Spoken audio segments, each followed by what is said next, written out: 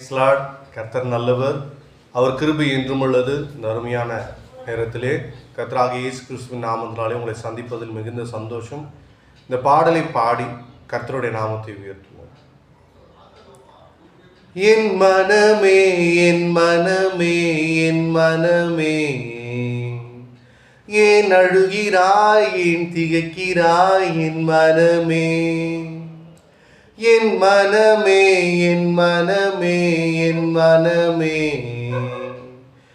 ஏன் அழுகிறாய் ஏன் திகைக்கிறாய் என் மனமே, உன் விழிகளை மூடிடு, அதில் விடையுண்டு தேடிடு, உன்னை படைத்தவர் உயிர் கொடுத்தவர், உன் அருகிலே தினம் நிற்பவர், இரவெல்லாம் உன்னை சுமப்பவர் உண்டே. மனமே மனமே மனமே. ஆமென்.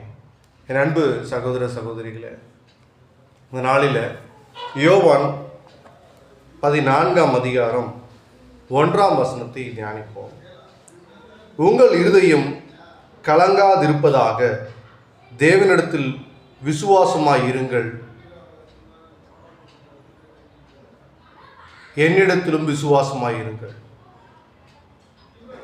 இந்த நாளில், இந்த காலை பொழுதில் ஒருவேளை நாம் சோர்ந்திருக்கலாம். நம்முடைய இருதயத்தின் எண்ணங்கள் நம்மை பயன்படுத்துகிறதா இருக்கலாம். பயம் நிறைந்த ஒரு வாழ்க்கையாக இருக்கலாம். வாழ்க்கையில் பெரிய அழுத்தம் நிறைந்த ஒரு சூழ்நிலைக்குள்ளாக நீங்கள் இருந்திருக்கலாம். எல்லா மனிதருக்கும் சாதாரணமாக இருக்கக்கூடிய ஒரு விஷயம்தான். ஆனால் கர்த்தரிடத்தில் விசுவாசமாக இருங்கள் அப்படின்னு கர்த்தர் சொல்கிறார். தேவனிடத்தில் விசுவாசமாக இருங்கள், உங்கள் இருதயம் கலங்காதிருப்பதா. இருதயம் எப்போ கலங்கும் தெரியுமா?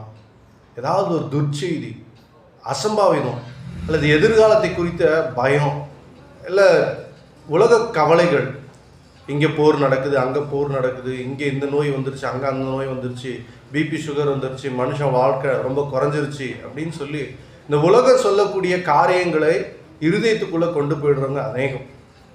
அதனால தான் நம்ம இருதயம் கலங்குகிறதா இருக்கிறது. நாம் எதை குறித்து தியானிக்கிறோம் அப்படின்றது ரொம்ப முக்கியம். கர்த்தருடைய வார்த்தையை தியானிக்கிறோமா, அல்லது இந்த உலகம் சொல்லுகிற வாட்ஸ்அப் நியூஸு, யூடியூப் நியூஸு, அல்லது டிவியில் வரக்கூடிய நியூஸ் சேனலில் வரக்கூடிய பதட்டமான சூழ்நிலைகள், இதை குறித்து நாம் தியானிக்கிறோமா அப்படின்றத நம்ம கொஞ்சம் நிதானிக்கணும். எதை